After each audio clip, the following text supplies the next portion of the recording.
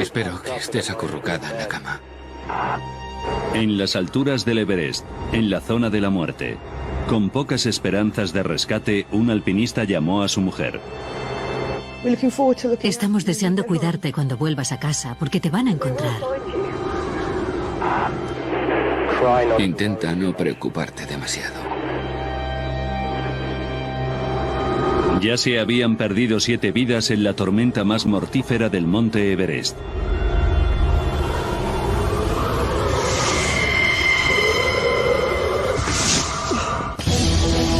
Los desastres no ocurren sin más, vienen provocados por una cadena de sucesos críticos. Analizaremos las pistas y repasaremos esos últimos segundos catastróficos.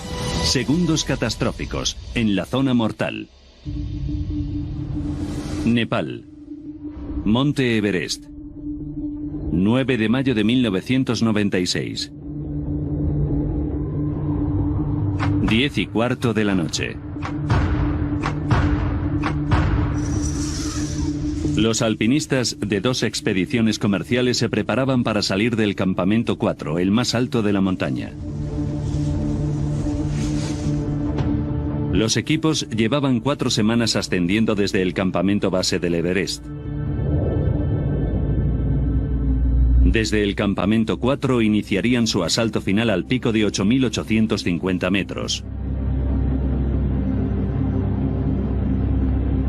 Neil Weidelman era guía de la empresa comercial de escalada Mountain Madness.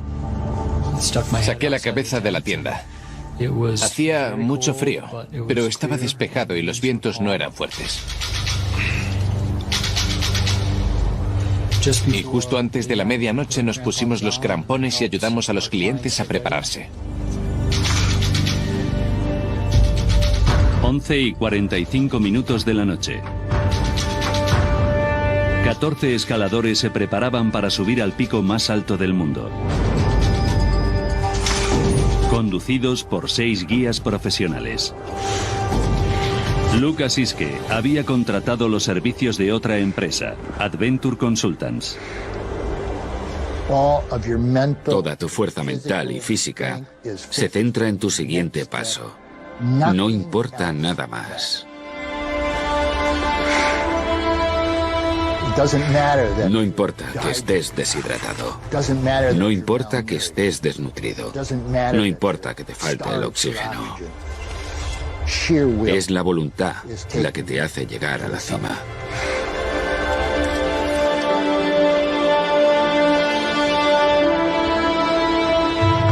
Cinco y media de la mañana. Lina Gamelgar era clienta de Mountain Madness. Estaba ilusionada, asustada, con dudas.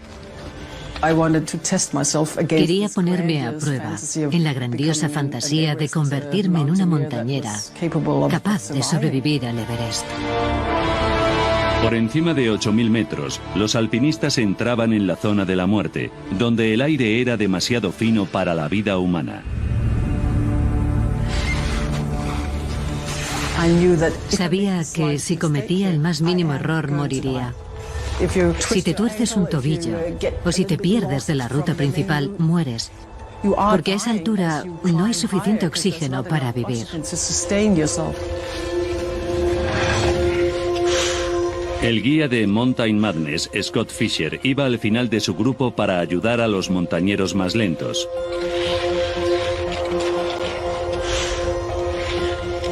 El guía de Adventure Consultants, Rob Hall, realizaba la misma función en su equipo. Rob había subido al Everest 7 veces ya. Era un experto y le contratamos también por su capacidad de liderazgo. Para los primeros alpinistas el ascenso empezaba a ser más técnico.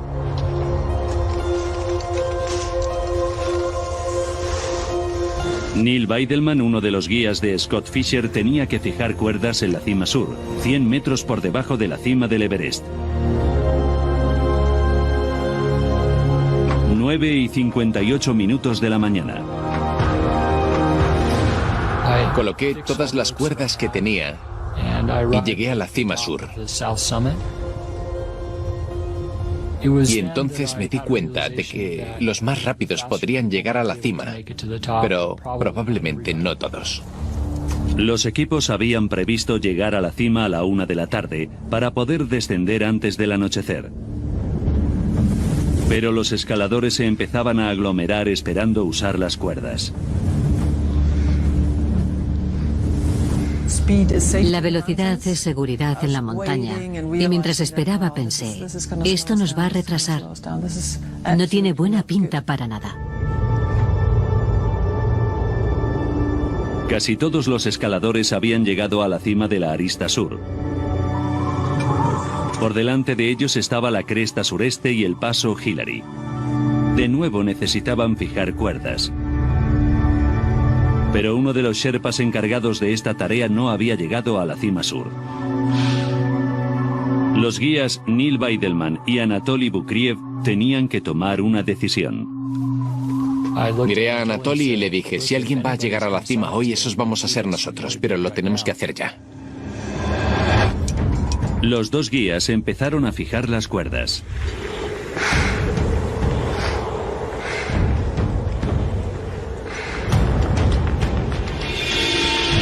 Los primeros escaladores atravesaban la cresta sureste.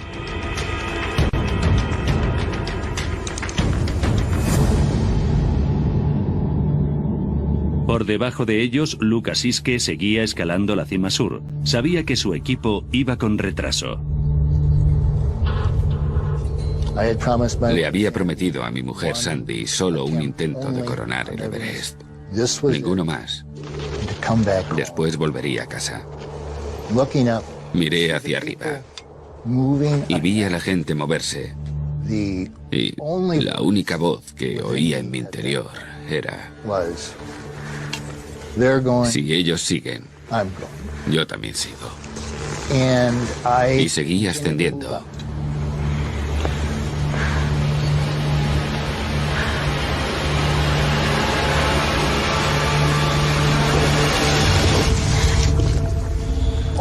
De repente, me caí de rodillas.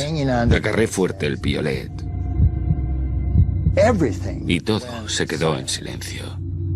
Un silencio sepulcral. Y empecé a oír otra voz. Creo que era la voz de mi corazón. Y creo también que era la voz del corazón de Sandy.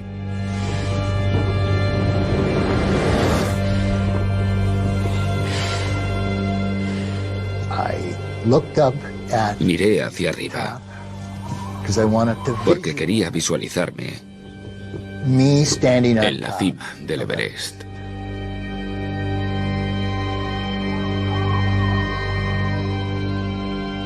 Algo que nunca iba a pasar y un lugar que nunca iba a pisar.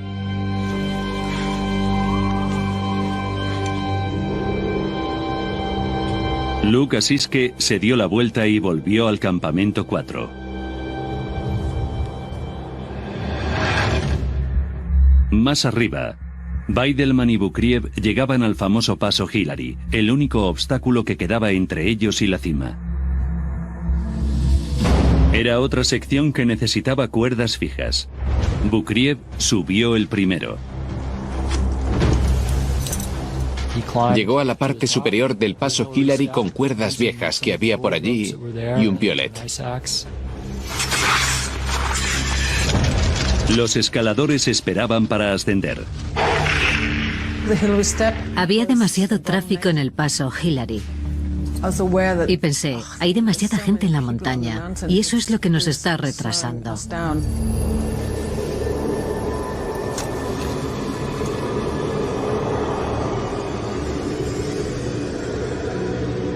Una y 7 minutos de la tarde. Sobre el paso Hillary, Bukriev seguía ascendiendo hacia la cima del Everest.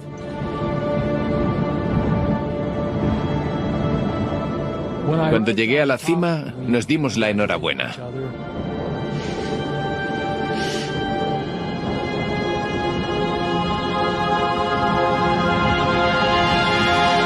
Parte de su función era hacer que los clientes que llegaban a la cima hicieran el descenso rápidamente. Pero una hora después, Bukriev empezó a sufrir. Anatoly vino a decirme que iba a empezar a bajar.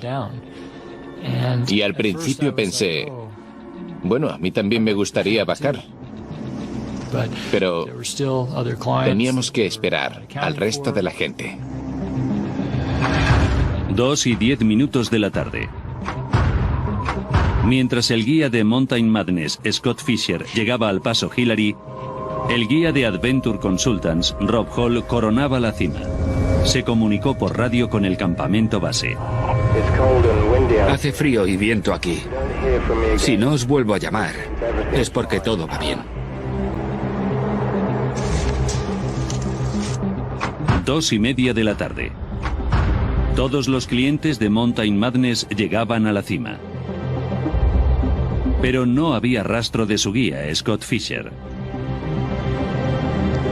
Neil Weidelman quedaba solo a cargo del grupo. No podían hacer cima y bajar en un minuto. No pude conseguir que la gente subiera más rápido para poder bajar antes. 3:10 de la tarde. El equipo de Mountain Madness iniciaba su descenso. En el paso Hillary, el grupo se encontraba con su líder de expedición, Scott Fisher, que seguía ascendiendo. Me molestó un poco que fuera con tanto retraso. Tenía que estar con el resto del equipo. El grupo de Mountain Madness descendía por la parte superior de la montaña hacia la cima sur.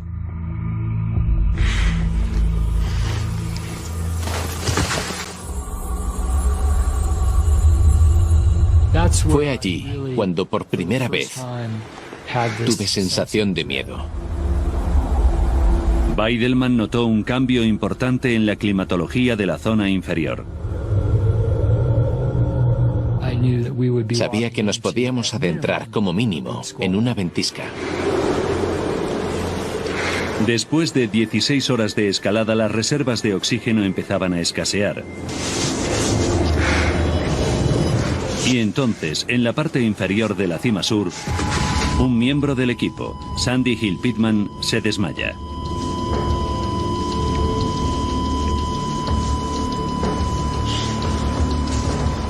Le suministraron una dosis de emergencia de esteroides, dexametasona.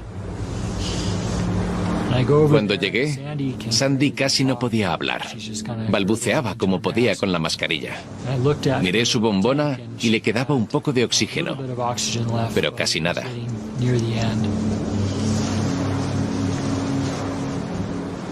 Hice todo lo que pude para intentar levantarla y al final empecé a arrastrarla porque si no iba a morir, no había duda.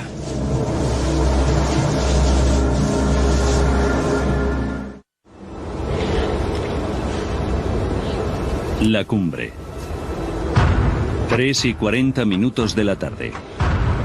El guía de Mountain Madness, Scott Fisher, finalmente lo consiguió. Su Sherpa guía le esperaba. Hemos llegado. Dios, qué cansancio. Baja de la montaña, Scott. 4 de la tarde y 15 minutos. En el paso Hillary, el guía de Adventure Consultant, Rob Hall, ayudaba a Doug Jansen, un cliente agotado. Mike Groom, uno de los 6 guías, lo observaba. Miré el paso Hillary y recuerdo hacer así a Rob. Me respondió así también, así que pensé, todo va bien.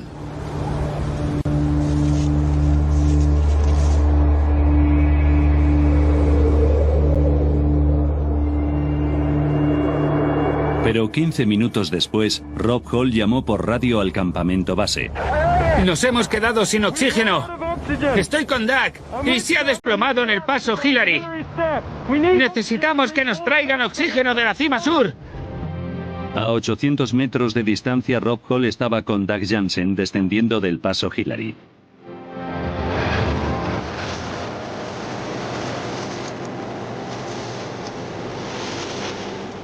Y Scott Fisher y su Sherpa guía bajaban con dificultad desde la cima sur.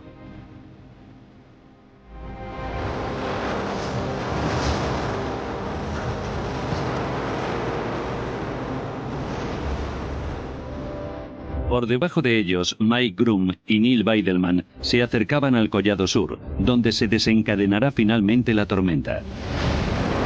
7 en punto de la tarde.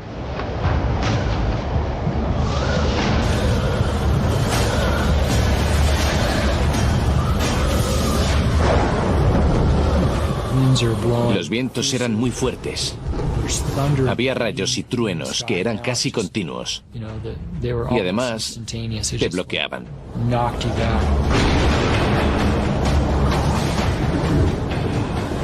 El viento nos estaba haciendo mucho daño. Y había oscuridad, viento, nieve y hielo. Habíamos perdido la orientación y toda la visibilidad. Lina Gamelgar estaba con ellos. Todo el mundo se había quedado sin oxígeno, y eso es como cuando te quedas sin electricidad. La gente se desmayaba, y los demás no podíamos arrastrarles.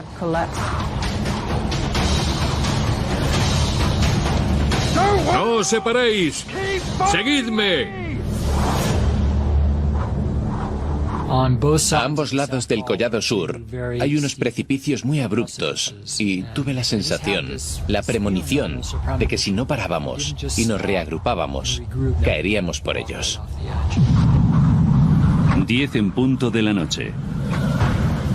Los 11 alpinistas se apiñaron.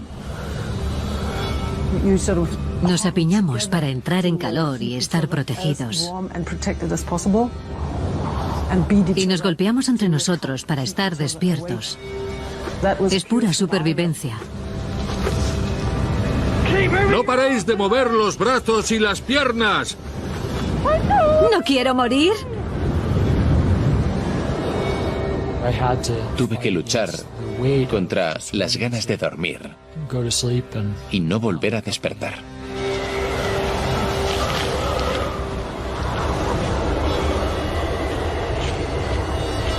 Entonces, por un breve momento, el cielo se despejó. Y fue entonces cuando vi el contorno de 2 picos. Era la oportunidad que estábamos esperando. Era nuestra oportunidad. Los picos sirvieron de orientación a los escaladores. Se pusieron en marcha hacia el campamento 4. Pero algunos estaban tan agotados que apenas podían tenerse en pie. ¡Si no podéis andar, arrastraos! Los guías decidieron dejar atrás a los que no podían moverse. Era lo lógico, si no, probablemente hubiéramos muerto todos. ¡Permaneced juntos! ¡No os separéis! ¡Yo voy a pedir ayuda! Groom y Weidelman intentaban ayudar como podían a los que no podían caminar. En ese momento, éramos los únicos capaces de movernos. 5 personas se quedaron atrás.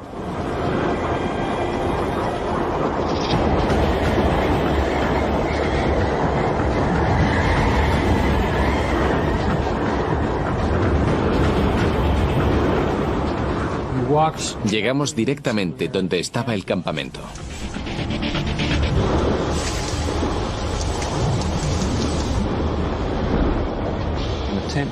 Se abrió la tienda y alguien me arrastró dentro. Y recuerdo que me rompieron el hielo de la cara. Y me tiraron un par de sacos de dormir encima, y eso es lo último que recuerdo. Temblaba de forma tan incontrolable que estaba claro que si salía, sería otra víctima. Lina Gamelgar informaba a Anatoly Bukriev de la ubicación del grupo que habían dejado atrás. Le dije a Anatoly, están muy cerca, tienes que caminar en esa dirección para encontrarlos.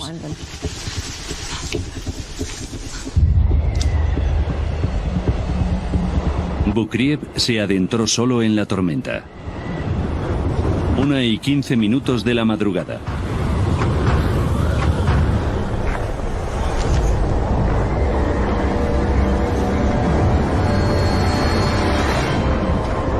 Guió a un miembro del equipo a punto de perder la conciencia al campamento 4.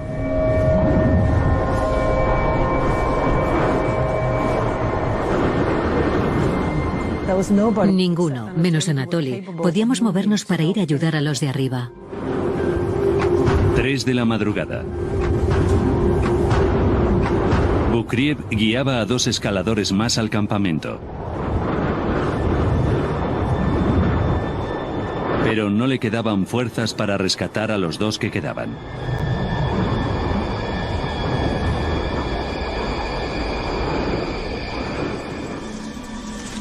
En ese momento, Anatoly se desplomó.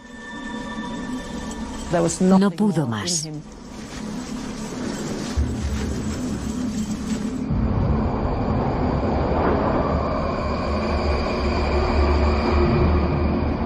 Seis alpinistas de 2 equipos diferentes y los guías Rob Hall y Scott Fisher seguían en la montaña. Llevaban allí más de 24 horas.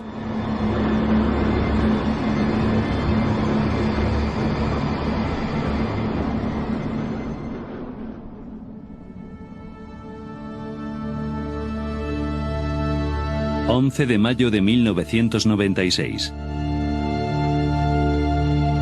A 365 kilómetros del campamento base, los Sherpas intentaban rescatar a Scott Fisher. Encontraron a Scott y apenas podía respirar, pero no respondía a nada. Creían que era imposible bajarle.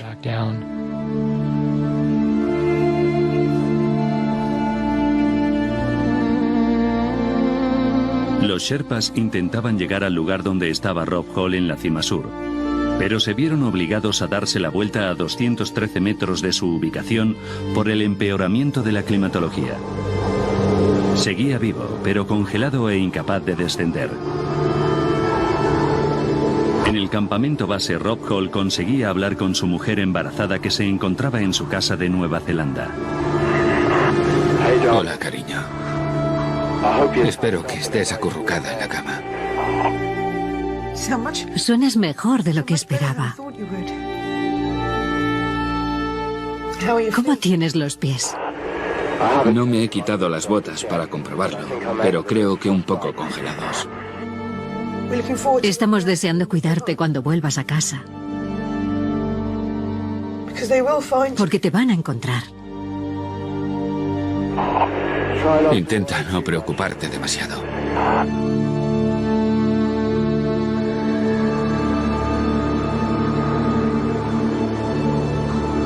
No se volvió a saber nada de Rob Hall.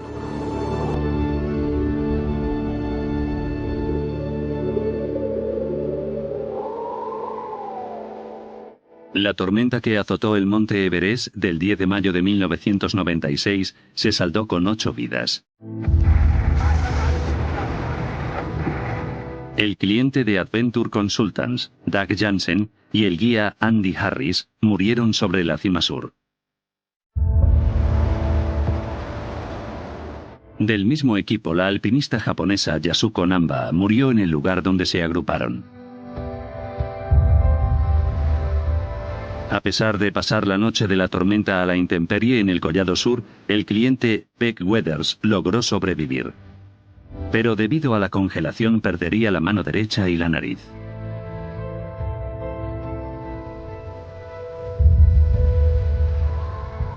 El cuerpo del guía Rob Hall fue encontrado bajo la cima sur el 23 de mayo.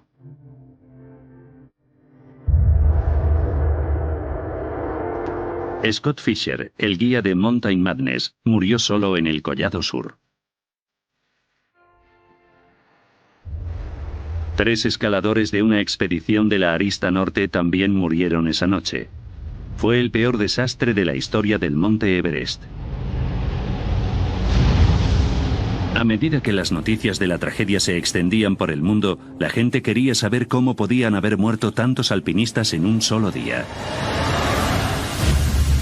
Ahora, repasando los sucesos y analizando las pruebas, revelaremos por qué el desastre fue inevitable y cómo 2 guías con tanta experiencia como Rob Hall y Scott Fisher acabaron en una trampa mortal.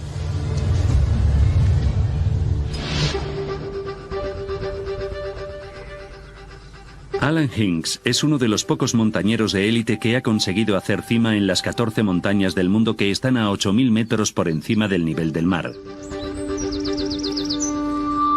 El Everest, la más alta de todas, está a 8.850 metros. Estar a 8.000 metros de altura es como estar en otro mundo.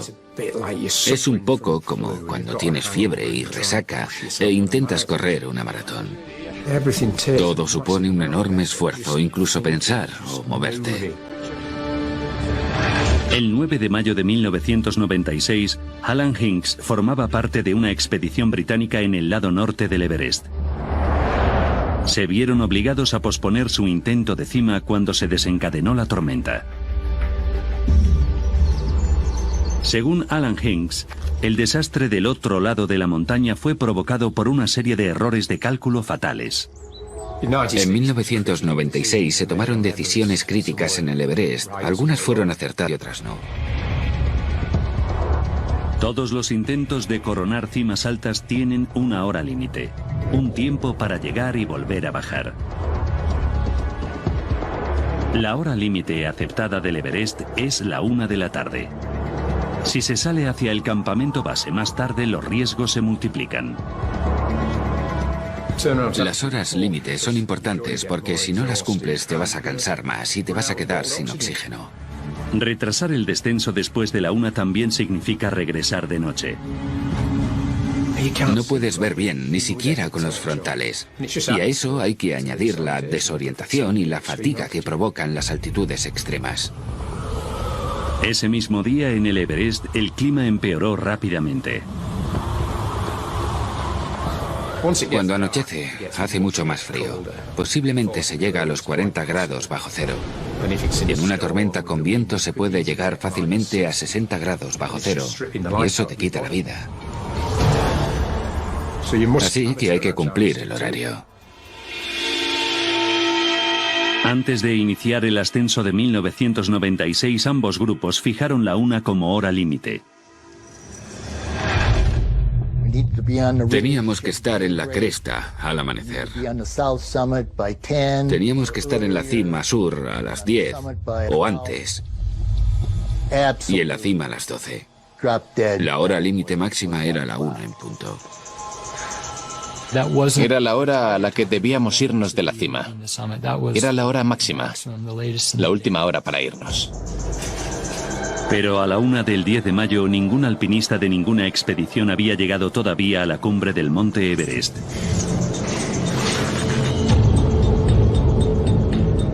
Hasta las 4 de la tarde, los dos últimos alpinistas no llegaron a la cima.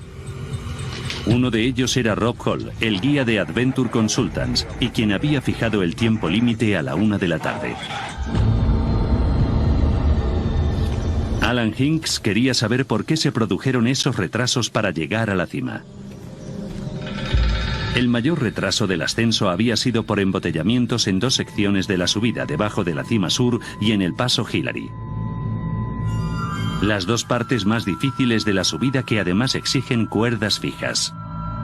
Las cuerdas fijas son necesarias en el Everest para asegurar que la gente no solo suba, sino que baje de forma segura. Evidentemente, alguien tiene que subir antes y fijar cuerdas en las partes más empinadas. Cuando los clientes llegaban a la parte inferior de la cima sur, no había cuerdas fijas. El plan era que Lobsang, nuestro Sherpa guía y el Sherpa guía de Rob, salieran 2 horas antes que nosotros para tener más tiempo y fijar las cuerdas. Pero mientras los alpinistas esperaban, Weidelman vio que el Sherpa Lobsang tenía síntomas de mal de altura. Vi a Lobsang sentado con los codos sobre las rodillas y vomitando. Así que cogí la mochila de Lobsang y saqué todas las cuerdas que había. Lobsang no se pudo recuperar para adelantarse al grupo y fijar las cuerdas. Según Alan Hinks, el que no se fijaran las cuerdas demuestra que el propio plan fallaba. Enviar a 2 Sherpas a fijar las cuerdas un par de horas antes de que el resto del grupo saliera hacia la cumbre es muy arriesgado. Si una de esas 2 personas se ve afectada de forma radical por la climatología, es imposible fijar las cuerdas. Los guías Anatoly Bukriev y Neil Weidelman tuvieron que encargarse de fijar las cuerdas.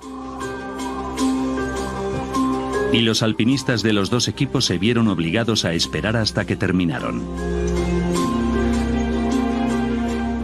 Actualmente, para reducir los retrasos en el Everest, se envía un equipo de avanzadilla para asegurarse de que la montaña está preparada antes de que salga nadie, y también tiene que haber por lo menos 2 cuerdas, una para subir y otra para bajar. Pero en 1996, aunque las cuerdas se habían fijado antes, con 33 alpinistas intentando hacer cumbre, las colas se habrían seguido formando. La decisión de que 2 expediciones grandes intentaran hacer cumbre el mismo día fue controvertida incluso entonces. El razonamiento que dieron fue que la montaña no se había escalado ese año, que la nieve era muy profunda y que con 2 equipos tendríamos más sherpas y más guías. En un momento dado, Rob dijo que era mejor ir más gente, pero eso no tenía sentido porque más gente supone más dificultad, y más dificultad supone que más cosas pueden ir mal. Las fuerzas combinadas de 2 equipos no solo provocaron los retrasos, sino que también afectaron a los 2 guías. A pesar de su buena relación, los guías de las 2 expediciones competían por las expediciones comerciales en el Everest. Seguramente hubo algo de presión, de rivalidad entre las 2 expediciones. Así es la naturaleza humana. Rob Hall fundó Adventure Consultants en 1992. La compañía fue pionera en expediciones comerciales, donde los alpinistas profesionales acompañaban a clientes a la cima de la montaña. Nos guste o no, Rob era el líder del mercado en el Everest. Todo el mundo le respetaba. Scott Fisher era el recién llegado. Un guía carismático y con encanto con aspecto de estrella de cine. En 1996 hacía su primer intento comercial de coronar el Everest. Scott siempre estaba intentando conseguir financiación y siempre pensaba con antelación, siempre pensaba en cómo conseguir financiación para la siguiente expedición. Los 2 guías sabían que el éxito de esta expedición les haría ganar más clientes para la siguiente temporada. Y el 10 de mayo casi todos los clientes de Scott Fisher llegaron a la cima antes que Rob Hall. Era una situación que podría haber hecho que Hall siguiera ascendiendo con sus clientes después de la hora límite. Rob vio como todos los clientes de Fisher hacían cima. Así que no tengo ninguna duda de que eso le influyó para seguir. La decisión de hacer volver a los clientes era de Scott Fisher y Rob Hall. Pero ¿por qué unos alpinistas con tanta experiencia no tomaron las decisiones acertadas para evitar la muerte de sus clientes? Una posible respuesta puede encontrarse en los efectos mortales de las grandes altitudes. El doctor Jeremy Windsor ha dedicado su vida profesional a estudiar los efectos de la altitud en el cuerpo y la mente. En 2007 formó parte de una expedición de investigación a la cumbre del Everest e hizo importantes experimentos en la zona de la muerte. Todo lo que hay a 8.000 metros parece ir en tu contra. El oxígeno es increíblemente fino. A 8.000 metros hay solo 1/3 del oxígeno total que se encuentra a la altura del nivel del mar. Es un lugar donde el cuerpo humano no está diseñado para sobrevivir. Los alpinistas sufren un rápido deterioro de las funciones corporales, un estado conocido como hipoxia. La retina puede sufrir hemorragias. El ritmo cardíaco aumenta y las arterias se contraen. También afecta gravemente a las funciones mentales. La memoria a corto o largo plazo, el periodo de concentración, la habilidad para disponer formas, contar o deletrear palabras, cualquier prueba neurológica se ve afectada a grandes altitudes. Hay pensamientos ilógicos, medias palabras e ideas vagas fluyendo por la mente. En la zona de la muerte, la capacidad de tomar decisiones de todos los alpinistas debió verse seriamente afectada. Pero informes de otros montañeros sugerían que Scott Fisher sufrió más que el resto. Ese día, Scott definitivamente no fue el Scott que yo conocía. A lo largo del 10 de mayo había estado diciendo que se encontraba mal y cansado y le vieron tambalearse. Eso podría ser la prueba de que Scott sufrió algo más serio que una hipoxia. ECA, o edema cerebral de altitud.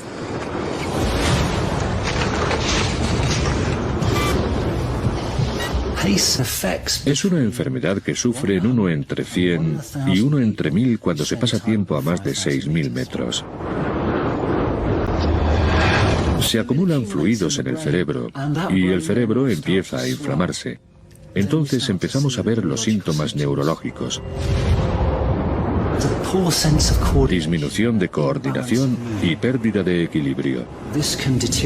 Puede acabar en pérdida de conciencia y en última instancia puede ser mortal.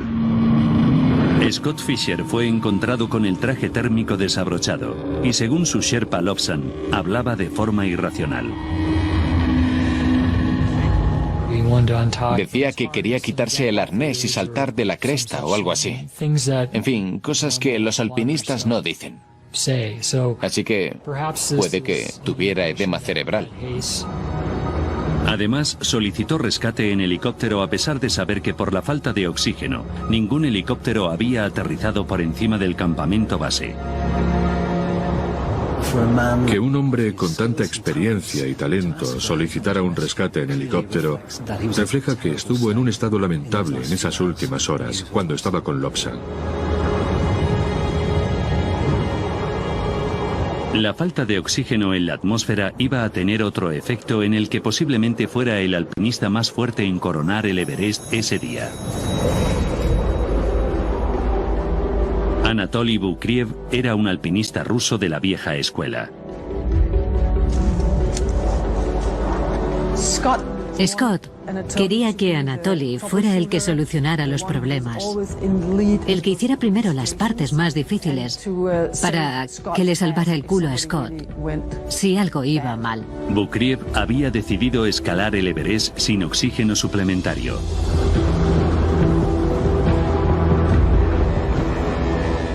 El oxígeno artificial te mantiene caliente, te hace tomar mejores decisiones porque tienes más oxígeno para el cerebro. Lo que los clientes buscan en un guía es una persona con más fuerza, experiencia y conciencia que ellos mismos para que pueda mantenerles seguros y ayudarles. Si decides escalar sin oxígeno y tu cliente lleva oxígeno, está renunciando en parte o puede que totalmente a esa ventaja. La falta de oxígeno hizo que Bukriev no pudiera estar en la cumbre mucho tiempo. Su ayuda durante el descenso hubiera supuesto una gran diferencia. Ojalá Anatoly hubiera estado con nosotros en vez de hacer el descenso solo. Puede que hubiéramos podido llegar al campamento antes de la tormenta.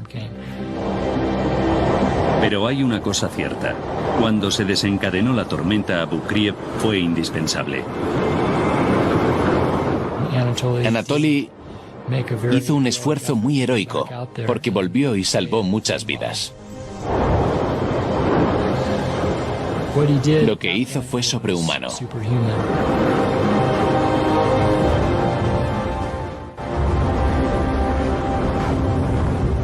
Uno de los mensajes más importantes del desastre del 96 es que los guías y los sherpas de la montaña deben llevar oxígeno suplementario.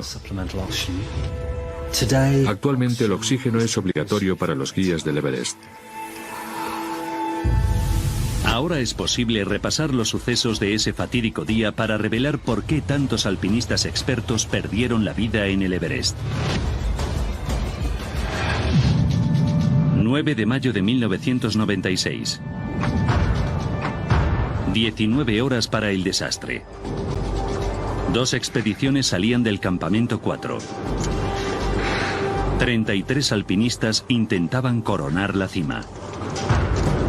7 horas para el desastre. Llegaban a la cima sur. Las esperadas cuerdas fijas no estaban allí.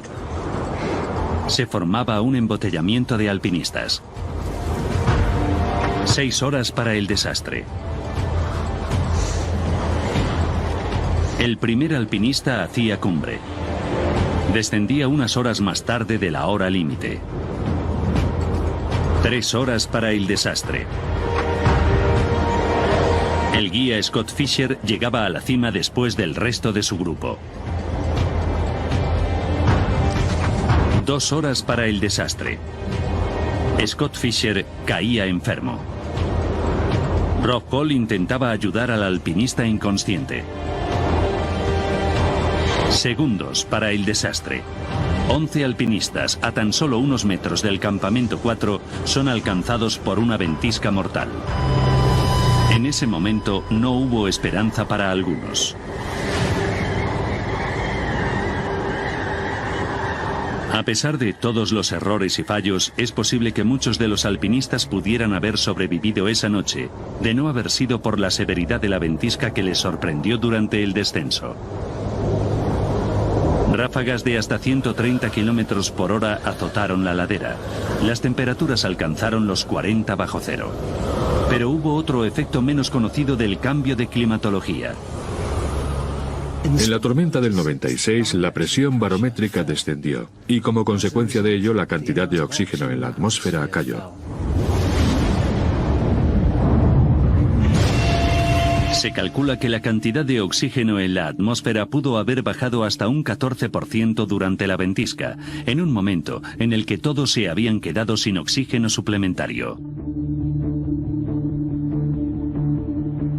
Eso fue crucial. Ahí sobrepasaron la barrera fisiológica. Para un grupo que había pasado 24 horas en la ladera, ahora sin oxígeno, esto supuso un gran cambio. Por eso la subida al Everest es una empresa tan peligrosa. Coronar la cima no depende solo de una meticulosa planificación. Para escalar el Everest se necesita una perfecta climatología. Se necesita que todo esté a favor, que las ráfagas de viento sean bajas, que la temperatura del aire sea cálida y el cielo esté despejado. Según Mountain Madness, la industria de los guías estaba formada por una comunidad de personas con ideas afines que trabajan de forma conjunta en la montaña. En este caso, se podría decir que la competitividad entre compañías pudo haber provocado los errores. Pero en última instancia fue la madre naturaleza la que lo decidió todo. Actualmente los pronósticos climatológicos son más precisos. En las secciones de más dificultad se fijan las cuerdas con mucha antelación. Las decisiones importantes se toman en el campamento base y no a más altitud, y los guías deben usar oxígeno. Pero sigue habiendo peligros. Creo que la gente tiene una idea equivocada, porque si se analizara todo detalladamente, la gente dejaría de morir en el Everest. No hay que soñar. Siempre habrá riesgos en la subida al Everest. Si no quieres riesgos, no escales montañas. No lo hagas.